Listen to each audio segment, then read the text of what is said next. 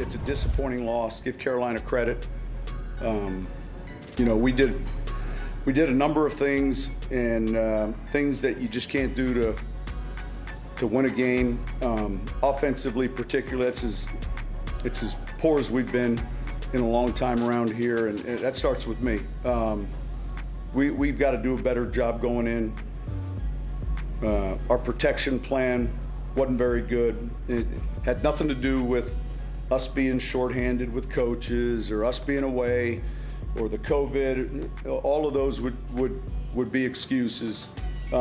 They played better than us today and deserved to win the football game. I love Sean Payton. One of the great coaches in the NFL, one of the great coaches of all time. But when I heard that sound last night, I couldn't help but think, here are my excuses. I don't make excuses. Did you hear my excuses? Because they are legitimate excuses. When you've got 8 coaches gone, that's a pretty good excuse. When you've been living in Texas for weeks because you can't go back to New Orleans, that's a pretty good excuse. I'm not making excuses, but here are my excuses. But what do? At some point, it's going to collapse on itself. When you're taking a guy off the training staff and saying you're going to help coach today, when you're grabbing Jermaine Bushrod from personnel and saying you're going to help coach today, when Sean Payton is spread so thin he can't do the things he ordinarily does, that's going to be a factor. And we saw it. That had to have been a factor, Mike. And I hope it was for the Saints' sake, because otherwise we're going to see more of this all year long. Okay, a couple of things. First, I'm not going to go with they've been displaced, because we just patted them on the back last week for being displaced and doing what they did. So I'm not going to now say, that's one of the reasons that they lost, because they were displaced. This is a team and this is a coach who unfortunately has been displaced in the past. So I'm not buying that one at all. Now, as far as missing coaches, that again takes you out of the norm, the normal meeting, the normal conversations, you're still going to get the normal game plan, but working with your coach. But I'll say this, Mike, it shouldn't have this much of an effect. It should not have this much an effect. Now, we do need to give Carolina credit, and I can see why I was brought on the show this year, because I'm going to talk more about defense than Sam Darnold and the offense and what's going on. I'll give them their love, but Carolina defense is playing phenomenal right now. But so I think a bigger question is going to be, which Jameis Winston do we have? So last week we were singing his praises, 5 touchdowns, no interceptions, but look at the difference of the 2 games, Mike. Last week they were playing from ahead, so they were controlling everything. This game, they were getting smoked. So they were playing from behind. So everything changed. All of a sudden, the defenders are in his grill a little more, and we started seeing some of the old Jameis come back with a couple of interceptions. So which is it going to be? You can't sit there and say, we need to have a quarterback where we can only play from ahead, where we're in control of everything. We need a guy that can bring us back. We need an offense that can, and I'm not just putting it all on Jameis. We need an offense that can bring us back. We need a defense that can make some friggin' stops to get it to our offense, to bring some back. These numbers are unbelievable of when the last time they had these numbers. And remember, I talked earlier about Kansas City had 20 less plays than Baltimore. New Orleans had 30 less plays than Carolina. New Orleans had the ball for 17 less minutes than Carolina. They just got worked every way you can. So to me, we can talk about the coaches. I'm not talking about the displacement. We can talk about the coaches, but I think the bigger question is going to be, which Jameis do we have depending on the game flow? And you will be happy to know that after the game, when it was time to select a member of the Panthers roster for me to talk to on the telephone, because I try to round some guys up after the 1 o'clock games, I selected Hassan Reddick, the pass rusher for the Panthers. I wanted to know, what did you guys do to get to Jameis Winston, to keep Jameis Winston from doing what he did last week? And he said, look, it's simple.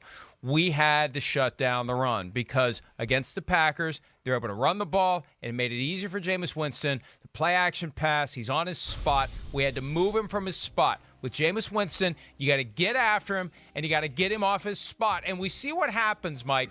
When he has to start moving around, he's a different guy. He's on his spot. He picks his spot. He throws the ball. It works out. He starts trying to be Patrick Mahomes. He's not Patrick Mahomes. Both of his interceptions were, I think I'm Patrick Mahomes, and, oh, wait a minute, no, I'm not. Because both of those throws, we've seen Mahomes do something like that and somehow complete the pass. Every time we see Jameis Winston try something like that, we see a guy wearing the other jersey catch the ball, and that's exactly what happened yesterday. And the more that the Panthers, pulled away from the Saints, that's something else Reddick told me.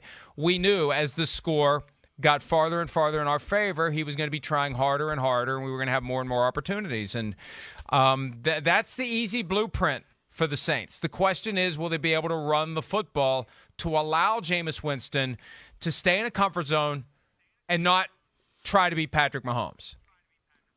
So, and also for me, this is a big week of coaching for Sean Payton and Jameis Winston, because obviously Sean has seen Jameis play in Tampa and watched him and probably used that to base it on some of the way he's coaching him. But now we've seen him in that Saints uniform. Now we've seen him under pressure, and I agree, trying to do things and make a play, and he's not able to do it. So this is when he's going to need coaching the most from Sean that says, okay, you're in this position. Why did you do this? Well, this is what you need to do. This is what we need to work on. This, to me, is where the greatness of Sean Payton is going to take over and hopefully help Jameis, because we still got to see.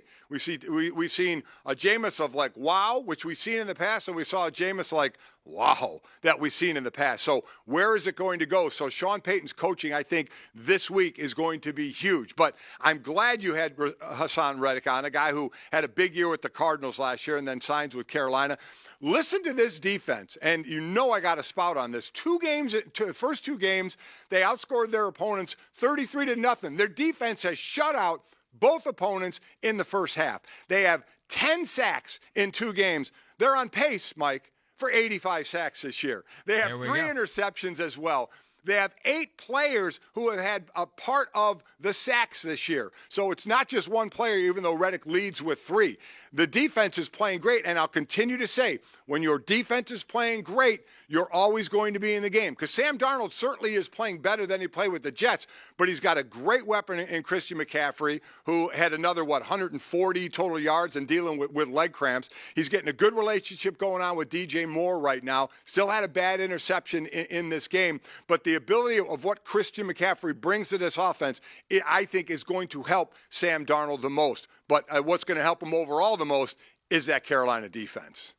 Yeah, I mean, what's helping Sam Darnold the most is not being on the Jets anymore. At some point you have to ask, who was to blame for the fact that Darnold didn't work out in the Jets, and maybe it's the Jets, not Sam Darnold. But it is amazing, and, Mike, I said this last night, to the extent that we're all watching Urban Meyer to see if he's going to be the next Jimmy Johnson, let's not overlook Matt Rule, who came to the NFL with just 1 year of NFL assistant coaching experience. He was the assistant offensive line coach for the Giants back in 2012, college coach.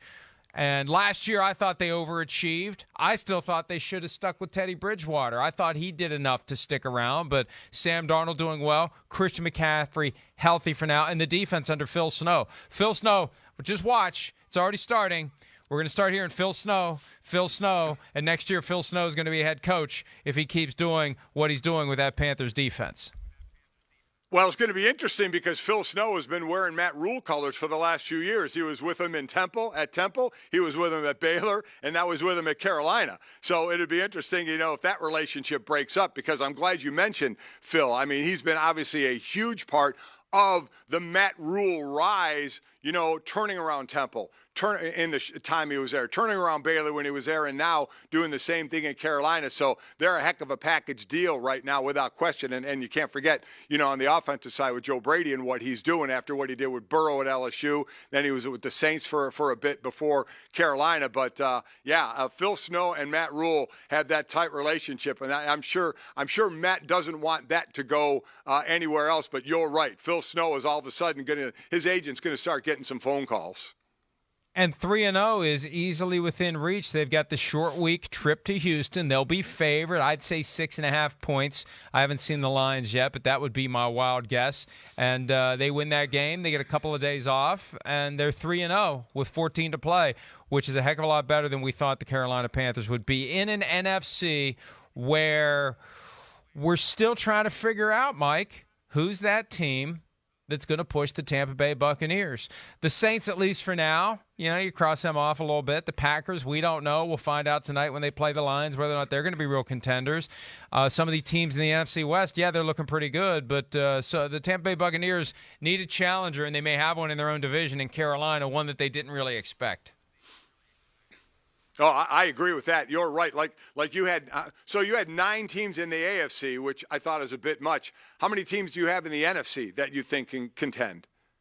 Well, I've got Tampa Bay far and away above the rest, but then you've got the Rams. The next level would be the Rams, the Seahawks, and the 49ers, but you got to include the Cardinals in there, even though yesterday it could have gone either way. Basically it's Bucks, then all of the NFC West, then to be determined. Whether it's Dallas, whether it's Green Bay, whether it's New Orleans, whether it's Carolina, one of those teams is going to rise up and be on par with those teams in the NFC West. But right now, the NFC West looking pretty damn good top to bottom. Seahawks the only team with a loss in there, and they had the game won yesterday. They blew it. Rarely do you see the Seahawks blew a double-digit lead at home, or they'd be 2-0 right along with the rest of them. So, Bucks have flaws too. We'll talk about them, I'm sure, at some point. But an easier path, as I said earlier, for the Bucks to get back to the Super Bowl than the Chiefs. But the Panthers may have something to say. Hi, I'm Mike Tirico, and thanks for watching. Make sure to hit subscribe for the latest news and highlights from NBC Sports.